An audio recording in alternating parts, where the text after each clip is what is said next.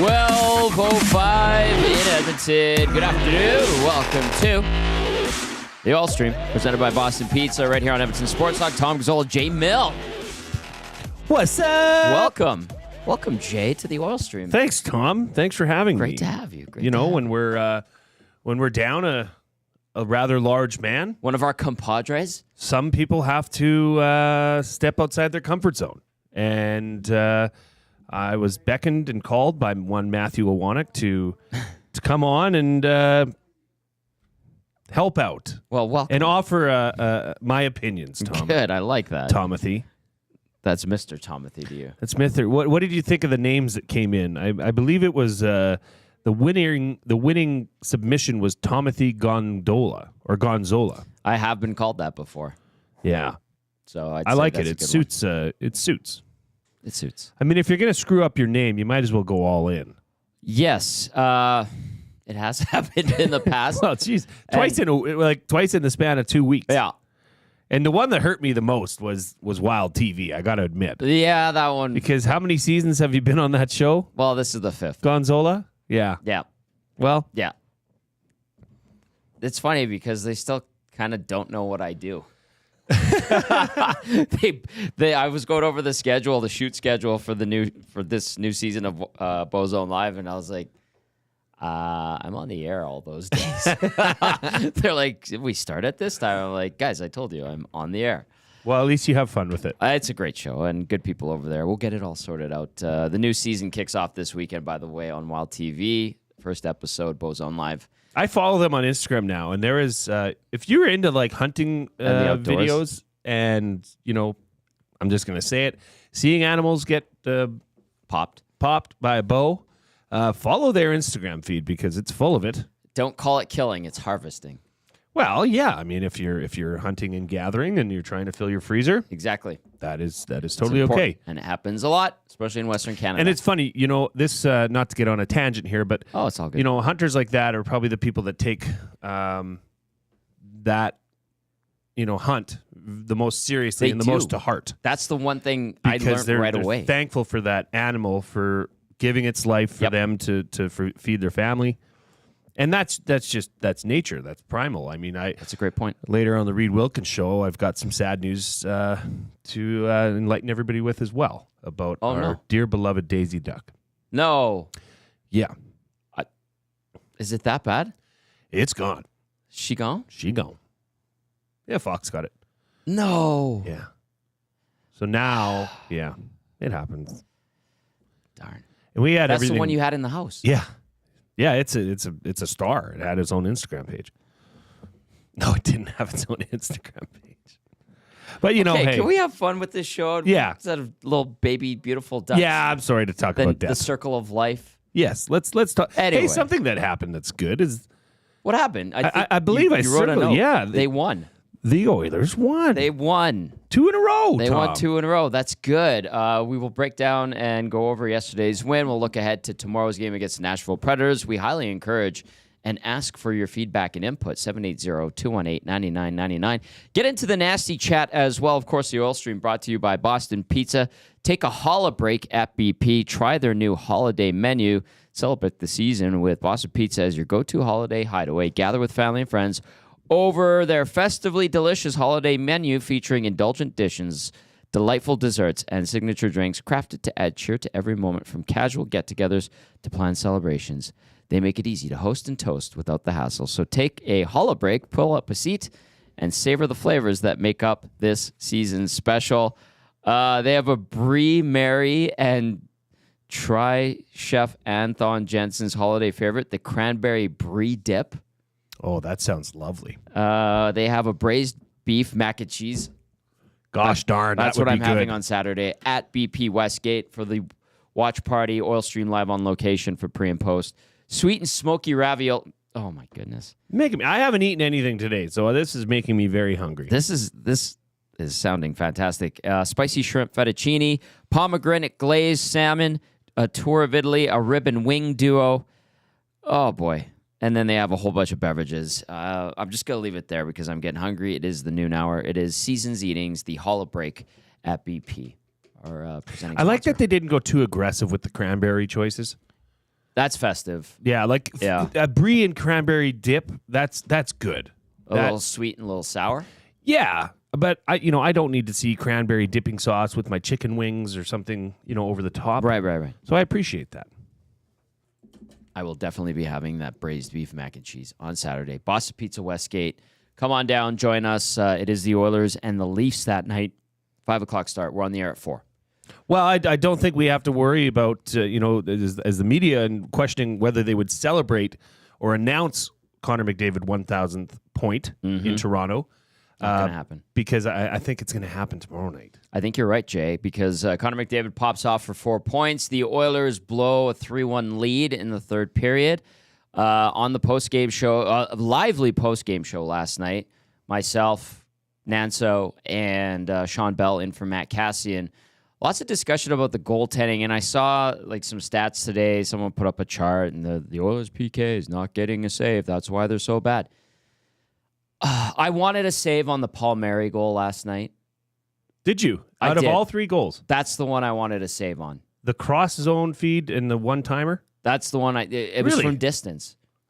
I know, but I thought that was a pretty good shot. It was a great shot, but in an ideal world, you get a save on all 3 of those. Yep. I went back, I watched a couple times, and I was like, "Okay, am I going crazy, or are my instincts still okay, half decent?" Well, I don't know how many. There was 3 breakdowns on the second goal for the Oilers, defensive zone, rimmed puck. Stuart Skinner doesn't stop it. The Islander beats the Oiler winger on the wall, works it back down low. Then there is Pulock gets it on the other side because they rimmed it back. Pulock walks through 2 Oilers. And then gets the shot off. Skinner kicks it out, and it goes into uncontested Andersley, who buries it top shelf off the rebound. Yeah. And I'm going, there was 4 mistakes by the unit in front of Stu Skinner before Lee buried the rebound. So I'm like, okay, I'd say that's on the players in front of Stu Skinner. Then I watched the third one, and people were like, "Oh, he's playing too deep in his net." I agree with that. I agree with that, too. I get that.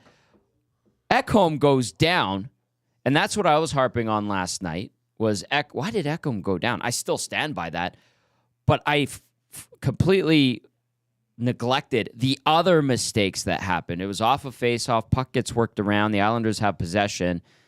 I think it was Ty Emberson on one of them, was actually pointing up at the player on the wall with the puck. That's a bad sign. And puck gets worked down low, bada bing, bada boom. See, here's the thing, Tom. Here's the way I looked at that. Is the first goal, I thought that was just a great pass, a great shot. That's the one I'd want back. Those are the hardest goals to stop, is when it's coming across and making the goalie move and trying to stop a perfectly placed one-timer. That's a tough goal to stop. Going across Royal Road, like Belsey talks Andersley, about. first goal, off a rebound where he kicks it out, and he's right there, Johnny on the spot, roofs it. That's a goal. That's a goal scorer's goal. You're not going to get all those saves. The third goal, I thought he could have covered the bottom of the net much better. There was about a foot of space off his left pad that was not occupied. And, I look at that and I say, okay, would Sorokin make that save? And I think he would have. And he did last night about 6 times.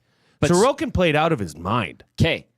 I'm watching these again. I'm going over Watch them. the third goal from the overhead view and tell me that he is not covering enough space on the bottom. Now, that's a nitpick, okay? Because here's the thing, Tom, and I wrote it on my sheet of paper in my notes. They won. They won 4-3 in overtime. That is the most important detail right now, is getting wins. And second most important detail, at least to me, you could tell me I'm wrong, is they went 100% on the penalty kill. Fourth time all year they've done that. That is something that now, and Reed talked about it on our show yesterday, that they can build on. Yes. Take that and now try to do that 2 games in a row, right? And just keep building on positives. 1, they won. 2, they won 100% on the penalty kill. They scored on the power play, too. They scored on the power play. Leon and Connor looked like Leon and Connor. I mean, there's a lot of positives to build on from that victory and carrying it forward towards Nashville. And I'm glad you point that out, Jay. The Oilers have only once this year strung together consecutive games where they killed off every penalty they had. They did it against Pittsburgh, and they followed it up with a 1-for-1 night against Detroit. The Emerson pointing was the second goal. I just want to correct myself on that one. And then the third goal, the equalizer, Lee's second, was they worked it down low. Ekholm went down. Skinner was deep in his net. But there were a calamity of errors before that. And I do want that. I still, regardless of the pass across Royal Road on the first one, that Siplikov had a lane at the net. He could have fired it. Yeah. And I thought he was going to shoot it. And also, that's another thing, too. The way they played that before the puck got to the 2-on-1, there was the pinch by Ekholm at his own blue line that allowed for the 2-on-1. I don't know where Evan Bouchard was. Well, and I don't know. Nuge has got to accept some responsibility for the back check there as well. And then you get the... Now, but Tom, once again, blocker. This is nitpicking. This is nitpicking. And this is trying to... These are...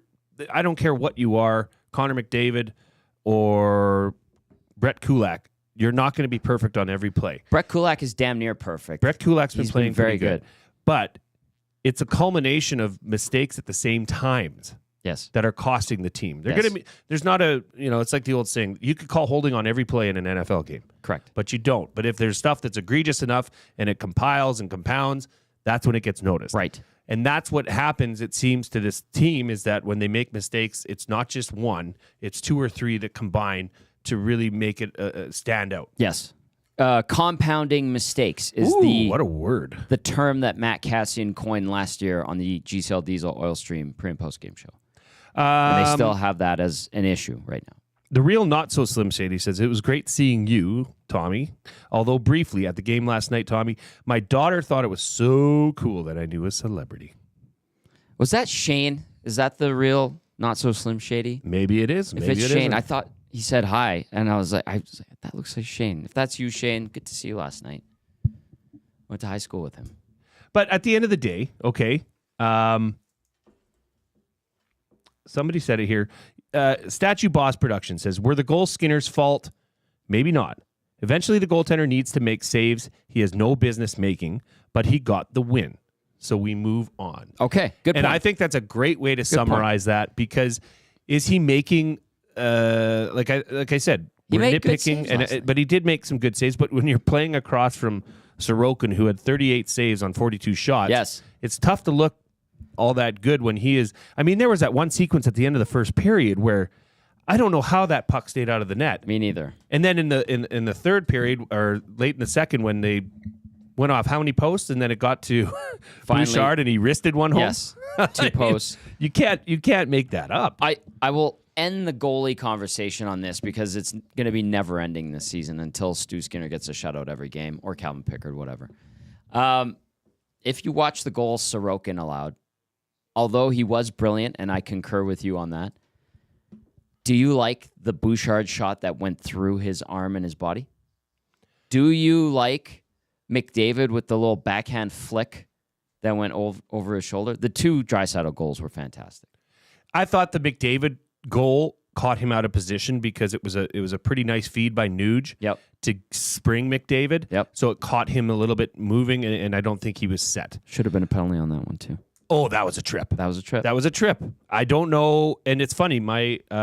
So now my family's getting a lot more into the Oiler games as well. Good. All the girls are into it. April's yelling at the TV. Yep. So April was like, wasn't that a penalty?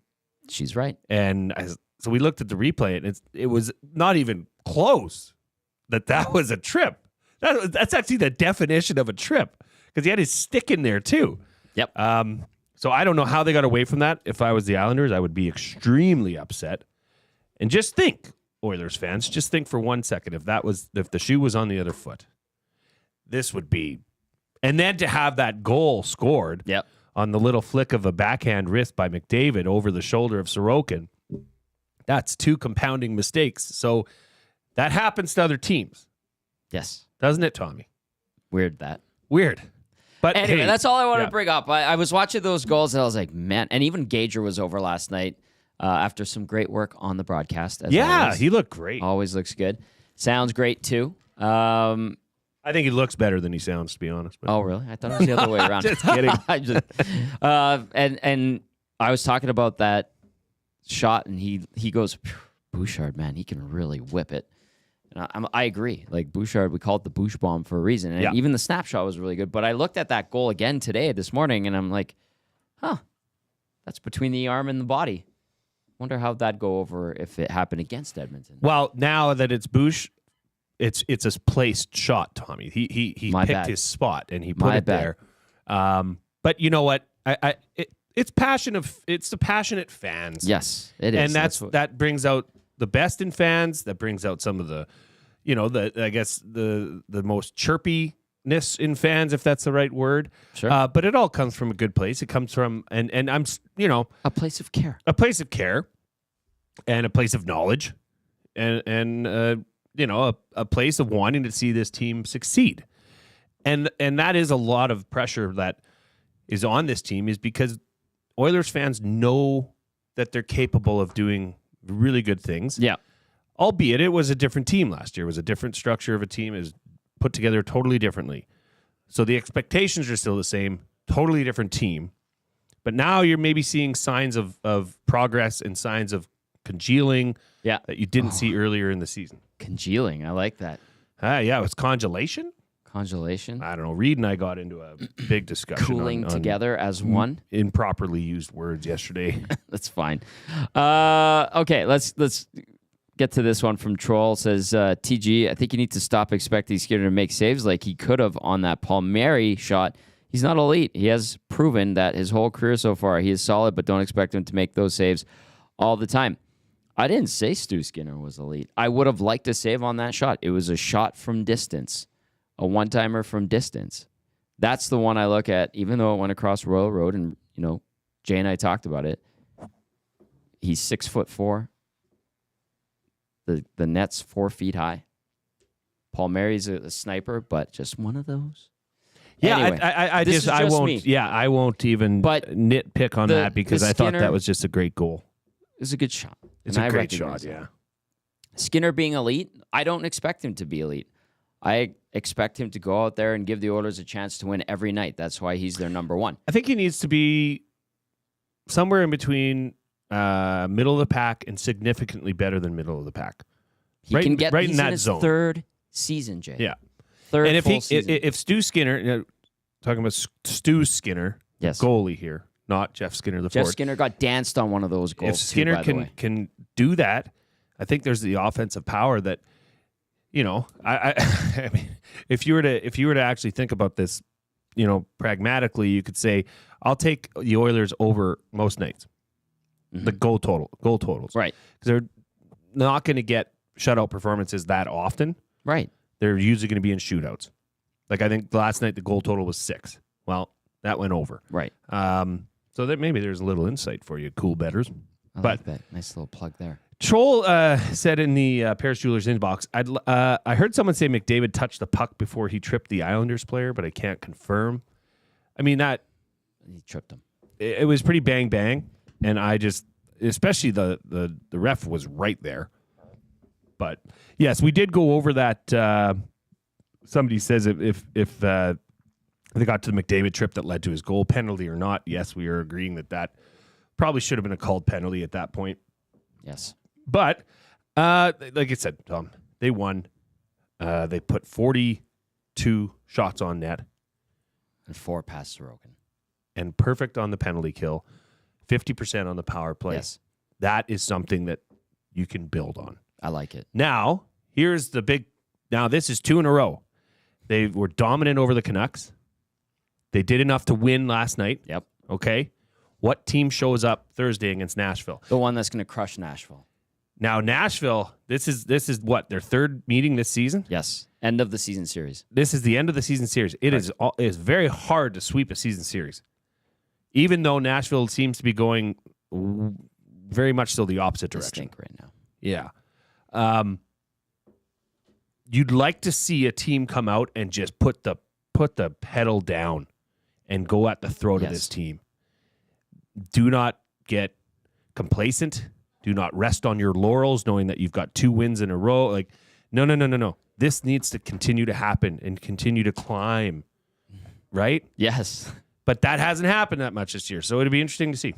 I like that. Good segue to tomorrow. The Oilers on the ice right now. They had a noon practice. We'll get you updated on that shortly. Let's go with another positive. McDavid gets 4 points, sits at $9.99. And Jay, you noted earlier when I got here that he actually talked about it a little bit. What struck you about that? Oh, great. You know what? What struck me about it was that he actually made a mention of it. Right. That he actually discussed that there is this milestone coming up that's right in front of him.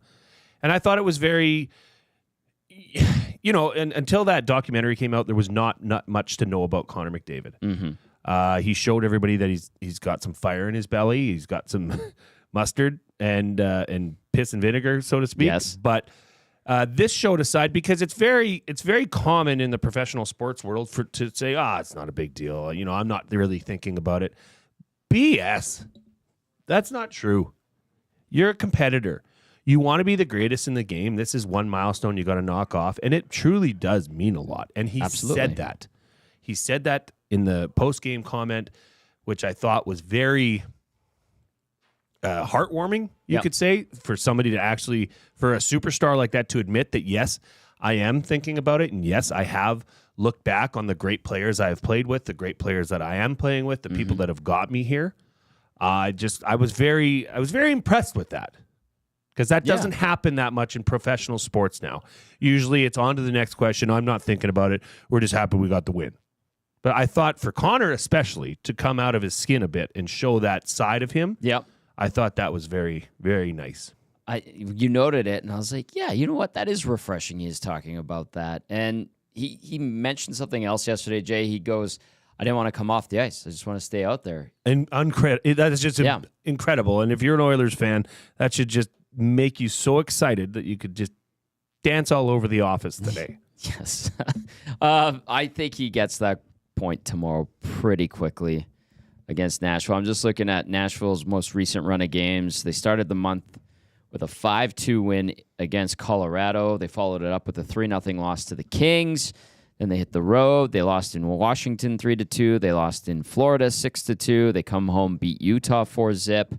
And then they lose their last game 3-2 in OT to Colorado. Now they begin a 4-game trip: Edmonton, Calgary, Vancouver, and Seattle. They go back-to-back Thursday, Friday, Edmonton, Calgary. They get McDavid and the Oilers, who have beaten them twice already.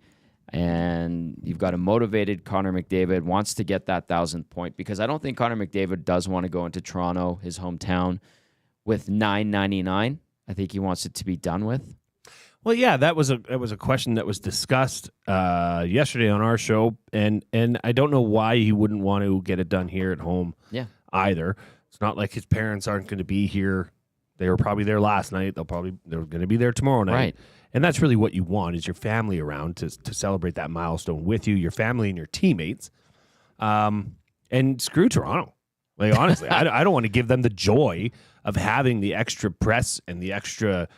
I want this to be done. Right. Because, well, I'm not. I shouldn't maybe say screw Toronto, but they don't need that.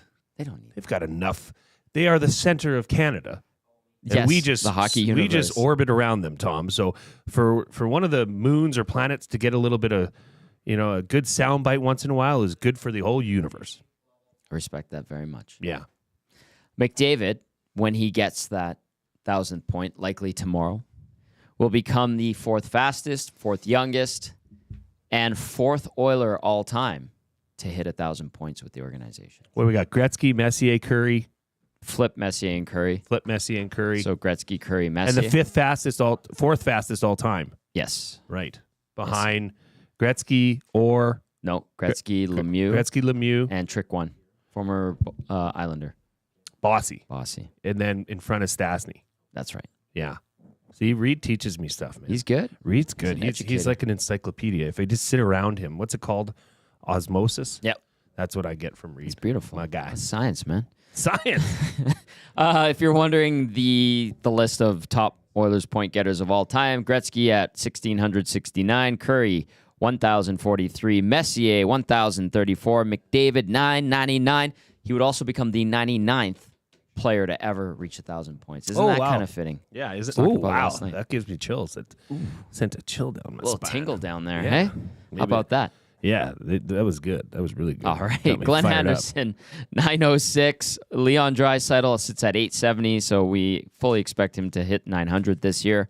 Ryan Nugent-Hopkins, 706. Does the Nuge get to the 1,000-point mark? He might. He's going to have to pick it up this year, that's for sure. I would say yes, but not as an Oiler. Oh, grim. Dark. Paul Coffey, 669. Ryan Smith at 9th at 631. And Doug Waite, sweet baby Doug Waite. Dougie Dubs. Love Dougie Dubs. 577 as a member of the Edmonton Oilers. So there's your top 10 Oilers point getters of all time. McDavid on route. He'll pass Messier and Curry. He'll be number 2 all time in Oilers history by the end of the season. Yeah, it's kind of hard to beat that other guy. Waddy and Cloverdale, this comes in, Tommy, and this is also talking about Nashville. It says, hey, Tommy, do you know if the Oilers had a claim in on Fabro? Saw he was claimed on waivers and thought he was linked to the Oilers at one point. Well, a lot of fan speculation and some media saying that the Oilers should go after Dante Fabro. I didn't ask about Fabro after the fact and when he was claimed by Columbus. I did inquire prior to him being claimed, and I said, hey, I asked a couple of people in the organization, like, is this something you guys are pursuing? One of them laughed at that and said, that's a hard no. So my indicator would tell me that they said no. They didn't want to put it. Seems odd. Like that. It seemed like Dante Fabro has some nice metrics that people like. There are those around the game that don't necessarily think he's as good as those metrics show him to be. They say some of the things, the knocks have been physicality, intensity, and so the Oilers declined on that one. And then the other thing too was price point. I was talking with original Puzar. He was messaging me, said the Oilers could have made it work money wise. But no, the all indicators were they didn't, from what I was told when I asked and was given LOL, no, and then another one was like, I don't think so. Right. So, do you think the Oilers would ever let go of Nuge? Like there is a no movement clause. You know that, right? Yeah, but for now, I don't so, think like so. how long is he an Oiler till then? The end of his contract, And then he's retiring. maybe, or he can go to Vancouver. I don't know. Like, I don't want to think about that. I've only known him as an Oiler since he was sweet baby Nuge back in 2011. So I don't know. We'll see. I mean, he's not that old. I think he's 30 now. So Yeah, he's still got some gas. In could the he tank. play better? Yes, Yes. absolutely. Yeah, he's probably one of the. If you had to rank the underperforming Oilers of the 2024-25 season, Yep. he's at the top. Yeah, he's right there. I think you could say Hyman, although Hyman's been better lately. Missed that great opportunity with the empty net after one of those posts last night. Yeah.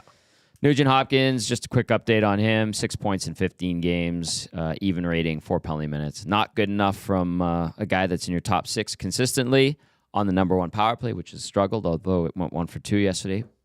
We all agreed that was good. Step in the right direction. And then Hyman's at 7 points, 3 goals, 4 assists, plus 3, 10 penalty minutes in 15 games. And I mean, Tommy, you really got to look 16, at. pardon me. You really got to look at a guy like Draisaitl here. I mean, 6 goals, 4 assists in those last 6 games, 10 points, and he keeps scoring that same goal, that beautiful goal. Yeah. He's got it down. From darn near the goal line, and but you know what? That goal, that power play goal last night, was that not one of the reminiscent of that setup from years past, where Connor really took the attention of the defense coming right down towards the net, Yes. and then angled it off to Leon? Yep. They've been trying, I think, to force that this year, and last night was the one that came across as more genuine. To me, anyways, He looking at slipped it that. through a couple of guys. Yes, too. but eyes were on Sorokin. Eyes were holding the attention of that defense. Yes. Pass it across, and I could watch that goal. I mean, it's just beautiful. I mean, was a nice goal. you coming across, he literally just put it off Sorokin and in. There's Both not of much those you goals. can do about that, right? I don't think so. But, Like, unless you just try to get it out of the way and hope it goes through the crease. Not to be revisionist history, but Matvei Michkov's goal like that against Philadelphia. The Birds of Summer game. The Birds of Summer game, that's right. She was great on your show. But Michkov, who was brilliant in the shootout the other night, and I think had a couple goals too, scored a very Leon Draisaitl-esque goal that night. We were just hearing about how Skinner blew that one. Right. Meanwhile, Leon's paid for several vacation homes with that goal. Yes. Brilliant stuff. But yeah, you're right. It was classic Oilers power play. Maybe a sign that it is going to figure it out. They were trying to force it a lot last night. Did you notice that? Especially in the first period to McDavid. Yeah. Overpassing it a bit, but... Well, you could say that about their power play and general structure of their offense all the time. Yeah. It runs through McDavid. When it's good, it's really good. Yeah. When it's bad, you start to ask, why are they overpassing? Or, I just thought last night that power play looked a little bit more fluid and normal from what Oilers fans are used to I think seeing. that's a good read, Jay. I really do. You know what's a good read? Tell me. Wilkins? No, it's maybe not a good read, but maybe a note. Okay. What's up with the broadcast when they score a goal showing the same two Oilers fans? I don't know. On the glass? I don't know. You'd have to ask the producer and the... Like, do they only have one camera? And it's just got to be pointed at those two guys? Everybody knows which two guys I'm talking about. I feel like those two guys probably love that attention, too. Well, yeah. Who wouldn't? You're like the Oilers super fans. Yep. That's what people from other countries think that we all look like. Those two guys. It's all they show. Which guys is it? I have an idea, but I can't really... Well, one's Mohawk guy. Oh, Mohawk guy. Yeah. Okay, I think I know. I'm not saying it's but are they part of the production? No. They're just fans. I think they've recognized that they have become frequent targets of the camera. Yeah, you're telling me. And they've really stepped into it. They got Mohawk guy, then they got the drum guy. Drum guy. Yeah, that guy. He's everywhere. They're usually on camera after a goal. Right. That's not... hey, listen, speaking of that, I was watching A Time to Remember, Road to the 1988 Stanley Cup Final, which the Oilers won against Boston. And then I even watched Boys on the Bus, and then like old clips. I think it was like Gretzky's first game back as a King in Edmonton. And I would see the same fans, older fans, at the Coliseum in each one of those docuseries. No way. Yeah. So I think it's just where their season seats are, where the camera goes to. And I was like, I recognize that person. I recognize that person. I'm like, I wonder if they're still alive because this was 35 years ago. Well, Upper Deck Drunk says, my wife and I actually talked about that last night. We wondered if those two fans actually work for the Oilers. No, I can tell you they don't. Andrew says, I know the Mohawk guy is a season seat holder and drives like 5 hours every game as he lives out of town. Are you serious? Well done. There's a lot of fans that have season seats that come out of town. Fish Tank, they are Oilers ambassadors, McMullet, and superfan Magoo. Okay, are they actually affiliated with the team? I'm breaking down boundaries. I think they might be paid. Hang on. Are they actually affiliated with the team, or are they self-proclaimed? Because I feel like there's been more of this. There's this one guy that shows up in like a Viking outfit, and he has like fluorescent lights on, and he gives out like little stickers. He doesn't say anything. I remember I was on location once, and he just gave me like some stickers. I'm like, is this who you are? Like, I don't understand. So, because I don't know if the Oilers, listen, I haven't worked for them for like 6 years, and I know that their new marketing people and their VP of marketing, very savvy when it comes to working in conjunction with your fan base rather than fighting with them and things like that, like happened in the past. But are they actually ambassadors that the team supports, or are they self-proclaimed ambassadors? This is something I've never thought about. This is great. It's something I'm just naturally going like, tell me the scoop. I don't get it. Why? Because I know they've got their orange and blue ice crew that they're trying to pump up and turn into these personalities. Okay. So this McMullet is he on the website? Well, if you are listening, McMullet, let us know. Let us know because we'd like to have you on our show. We'd love to have McMullet on. It used to be Bandana Guy. Now it's Mohawk Guy. Bandana Guy. Yeah. Right? I remember that I looked like remember Willie him. Nelson. There's another blast from the recent past. Somebody's saying, like Penner's Pancake saying he's from Lloyd. Bizozu says McMullet is from Strathmore. I want McMullet on the Reed Wilkins show. All right, that's something. That's a project for you and Reed Rick to work on. I will get to the bottom of this. Yes, you will. Maybe there's some food and bevy credits. I don't know. I mean, as season ticket holders, I would assume, especially ones coming in from out of town, and I think the Oilers, I feel like they've probably done a little bit more to appreciate their season seat holders. At least I hope so, because the prices keep going that way. Now, don't get me, like, I'm not saying Maybe they give them food and bev credit. it's a bad thing. I'm just wondering, are they affiliated with the team? Yeah. Shanzi comes in and says, Banjo Guy, Magoo, and McMullet, they get perks but are not paid. He says facts. So maybe he knows more than we know. Are they perks from the team? Or yeah, like maybe they get free merch. I know a Donair place that I used to go to by my old home that has a Drum Magoo guy. Yeah. They use him a lot. And I'm like, oh, okay. That's a good perk for him. I'd Free get Donair. paid. I'd get paid in Donairs. I love Donairs. I might go get a Donair. I didn't bring lunch today. Why not? I offered feel coffee. lost. Nobody wanted it. I just left coffee. All right. Anyway, Wow. it's interesting. Listen, Okay. I would like to see the Oilers take care of their longtime season seat holders. Sure you would. A little bit more. Maybe that's a dream scenario, but people pay a lot of money, drive a long time. This guy's if this guy truly is driving from Strathmore, yeah, like, round of clicks for you, I'll give you a round McMullet. of clicks. Hell yeah. Wow, that is incredible. Now, the other question I have All right. is anybody else getting kind of a little sick and tired? Maybe not sick, but tired of the Oilers goal song? Oh, this is a debate that will rage on. Okay, so it's been discussed, hey? I do recall when the Oilers goal song was changed, like a few times in a couple of years. Is there a fight going on No, outside? they're all walking out together. It's very strange. Maybe we got to get involved, Tom. We got to finish the show, but maybe we will. After. It's. I don't think it's ever going to go away. The debate over the goal song. Because I looked it up. It's called Fluxland Yeah, by Gabby D. yeah. They've had. They want people to know it. And Yeah, like they had Pitbull one year. Don't Stop the Party. They had another one by like a indie band that I actually thought was pretty good, but they got rid of it pretty quickly. They tried like Zombie Nation.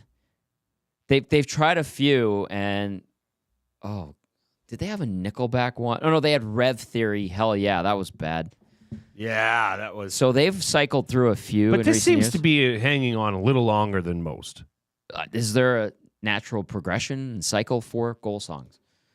There's some places like R.I.P. Arizona Coyotes, but they had "Howlin' for You" by the Black Keys. Right.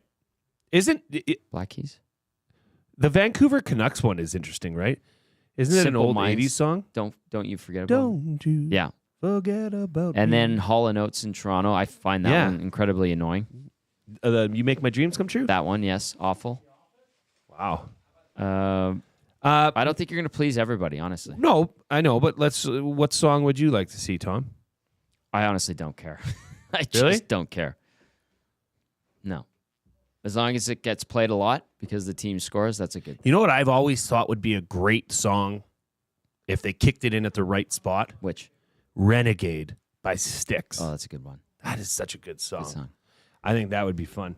But somebody did say in the Paris Jewelers inbox, Sabres have an individual goal song I for like each that player. idea.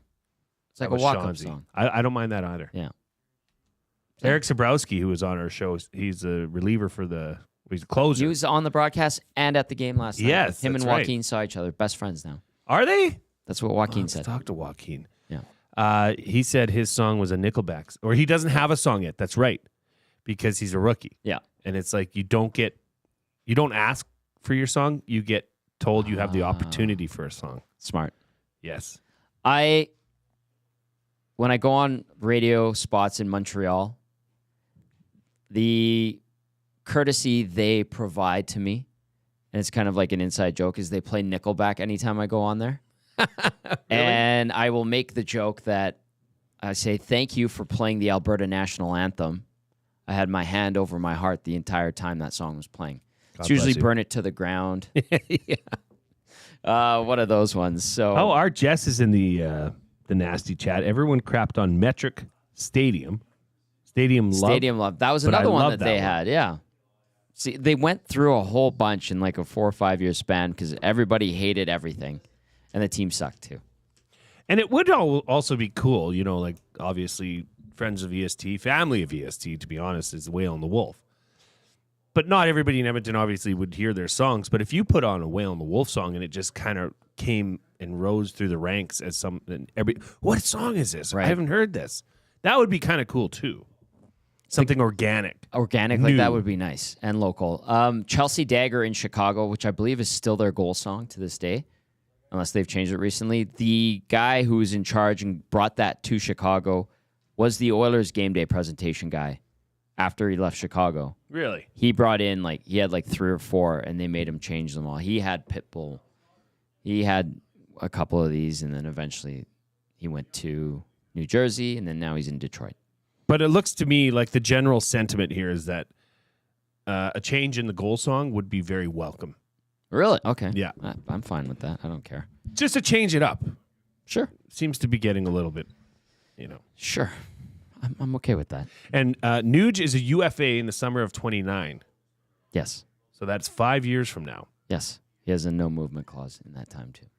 I stand by my statement. Okay, we've got about 10 more minutes. We will get to lines from today's practice. Starting goalie for tomorrow. It shouldn't come as a surprise who's starting. I do need to mention we're inside the Popeyes Louisiana Kitchen Studios here at EST. Popeyes Louisiana Kitchen. They've got their boneless wings. Obviously, a continuation of their bone-in wings platform. You can get all their fantastic flavors like signature hot, honey garlic, honey barbecue, garlic parm, as well as classic. Plus, they've brought back the big box featuring a 2-piece signature chicken, 2 regular sides, and a biscuit with an option for a drink upcharge. I always recommend the mac and cheese when I go to Popeyes as one of my sides. And then blackened ranch is great for a dip. Oh, it's the best. And you can get the blackened chicken, I believe, still. And also, if you're doing the soda or the drink for the upcharge, I recommend Cherry Coke. It's one of the places that has Cherry Coke. I love cherry. I'm not a soda guy that much anymore. I try to avoid it. Lots of empty sugars and calories. But if I'm at Popeyes and I'm going to fill up, I get the Cherry Coke. Cherry Coke, huh? Yeah, I love it. I like Cherry Pepsi, too. Can't find it anywhere, though. I really don't drink a lot of pop. It's not good for you. I'm a bubbly guy. I believe it's pronounced buble. Buble. At least that nice man with the nice voice says buble. He is. Have you ever seen him perform? No. Incredible. I believe it. Must watch. He's as much of a comedian as he is an entertainer. I thought he was great at the All-Star game last year. Yeah. And he was definitely on shrooms. Are you kidding me? We have our differences of opinion on that. You don't think he was? I'm not saying. I don't know if he was. I don't know what he admitted it. I know. I just didn't. I wasn't that fond of the whole. Hey, haha, he's on shrooms. He was. I don't know. Loopy. To me, maybe I'm a bit old school. I'll take him for his word. Yes, you can. I'm just saying, glorifying that is not really cool. Right. Don't do drugs, kids. There you go. It's like when you're watching Monday Night Football and this really okay. All right. You got it out of me, Tom. You know what is really weird? Go on. Why is there a Levi's commercial where Beyonce goes into a laundromat and takes her jeans off and all she's wearing is her underwear? Because Beyonce's a beautiful angel gift from God. What's the problem here? That's completely inappropriate for children to see. I did maybe think about that, but had no qualms with it. Well, sure, but she's wearing shorts. I get it. The premise, commercials have gone too far. Haven't they always pushed the envelope? Commercials in prime time, especially during sporting events, where, it's almost like, hey, kids, you got to cover your eyes, whether it's the next extreme, horror movies. Yeah. And I know I'm old man yelling at the clouds right now, so forgive me. You're not old. I'm older than you, so Barely, okay, a couple of years. So I am the patriarch in the studio All right right, now. whatever. Continue. I just find that rant. it's a little bit over the top. It's too much. You have It's not three appropriate daughters. for children. You Yeah. have 3 daughters. Yeah. Did they ask you questions about this commercial? No.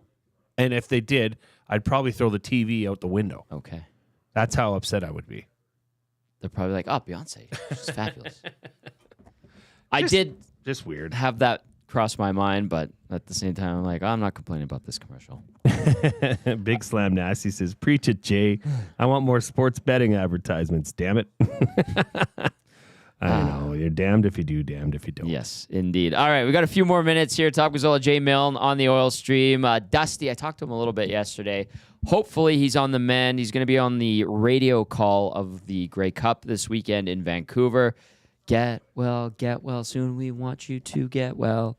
I've never heard that song. That's from Seinfeld. Ah, okay, cool. Yeah, it was the Office Get Well song. Anyway, when he's back and good to go, we'll obviously welcome in with open arms. We miss him dearly. I think he's on the mend, but the problem is he's got to go out to Grey Cup now. Yes, exactly, and that's like it's a good time. Okay, on the ice today at Rogers Place, Jay.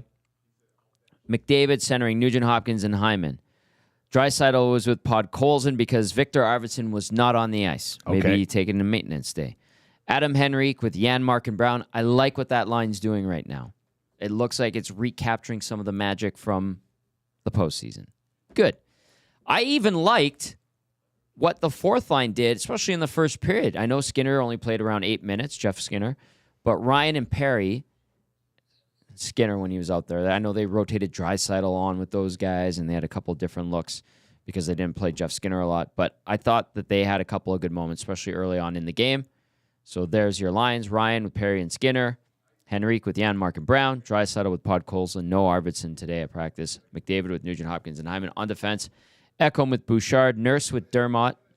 Kulak with Emerson. Stetcher, as of right now, looks to be the odd man out. And Calvin Pickard was in the starter's net. interesting. I think Pickard started both games against Nashville already this year. Well, when's the last time Pickard's played? New Jersey? Yeah, so he's due for a game. Yes. I mean, if they want him to play a third of the games, this would be a time he would start. Yes. His last game was the Devils game last week. Let in 3 goals on 16 shots. He did beat Nashville 1 goal on 27 shots. And his first appearance versus Nashville, 2 goals on 27 shots. Winning both of those games, Pickard has 3 wins on the year, 2 losses. So he's been all right. He's a good backup goalie. 3-2, 260 GA, 886 save percentage. That save percentage has to go up. Obviously, him and Skinner's save percentage is not particularly great. But I said it yesterday, like we're talking about Aiden Hill, and I was having a chat with him and how he was kind of not too impressed with the start, and his numbers weren't particularly good. But he's like, yeah, we're winning games, though. And he's in the mix for That's true. Canada. That's a great point. Yeah. I think it'll come around. Anything stand out to you about no movement with the lineup outside of on defense? Dermott in for Stetcher? No, I mean, they've said that they were going to, move those 2 in and out. Mm-hmm. I think, I don't know what to think about this Podkolzin experiment, if you will. Playing him above his... His puck touches weren't great last night. No, but it's almost like he gets the Heart and Hustle Award every night because he does skate. He seems, by all accounts, to be a great teammate. I just can't put my thumb on it, though. I'm not sure. I guess you could say the jury's out on Podkolzin. And he's playing at the top 6, right? So I don't know. It's interesting to me. He shouldn't be in the top 6. I don't think he should. Fourth lineup. I don't think he He's should a good checking either, forward. but plays physical. He can skate.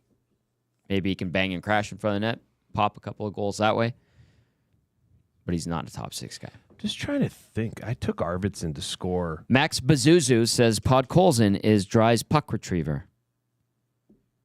Sure. But you get the puck. Can you get it to Draisaitl, though? You can go get it. but can you move it to Draisaitl? That's the question. He did make a couple of good passes. Remember, the Oilers scored those goals really early with that line. Yes. 37 seconds in, 20 seconds in. He made some nice plays there. He did.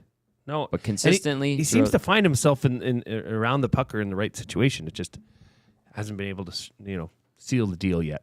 But I guess they know something. They know more than we do. Obviously, clearly, more than me. Anyways, you're a bit of an insider. Sure, I don't know as much as they do. Yeah, you're a hockey insider. Pretend. No. Don't sell yourself short. Your check's in the mail for that next comment. Thank you. How was your first foray into the oil stream? Look at that.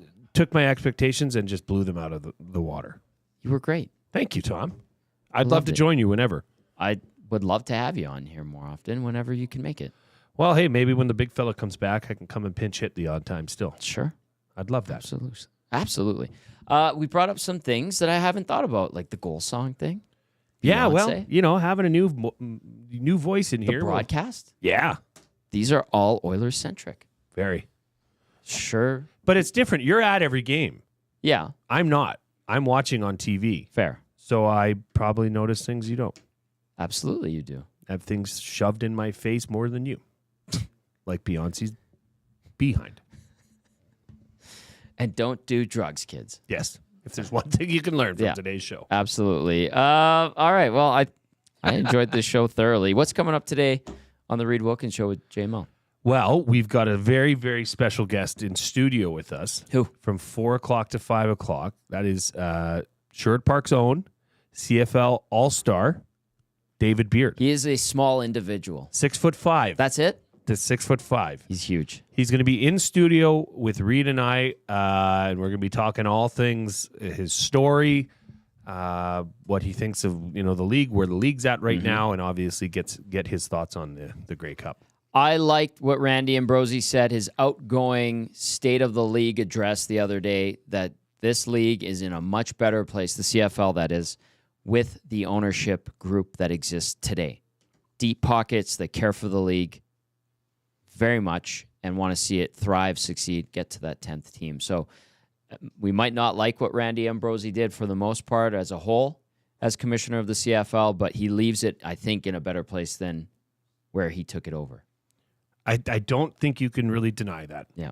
And progress, forward movement, growth for the Canadian Football League and the CFL would be tremendous to see. Big weekend coming up. Jay was in for Dusty. Fantastic work, my friend. Thank you. I look forward to watching and listening to you and Reed later on. Coming up next, EST Afternoons with the Latino Heat. He's got some things to say about that game last night. So too does Joaquin Gage. Gager on the broadcast yesterday did a great job. Latino Heat with me and Sean Bell and Reed Wilkins last night on the post-game show. That does it for the Oil Stream presented by Boston Pizza. A huge thank you to everybody who watched, listened, texted in, nasty chatted. We appreciate you and love you. I'll see you tomorrow. Jay, have a great day. Thanks, Tommy.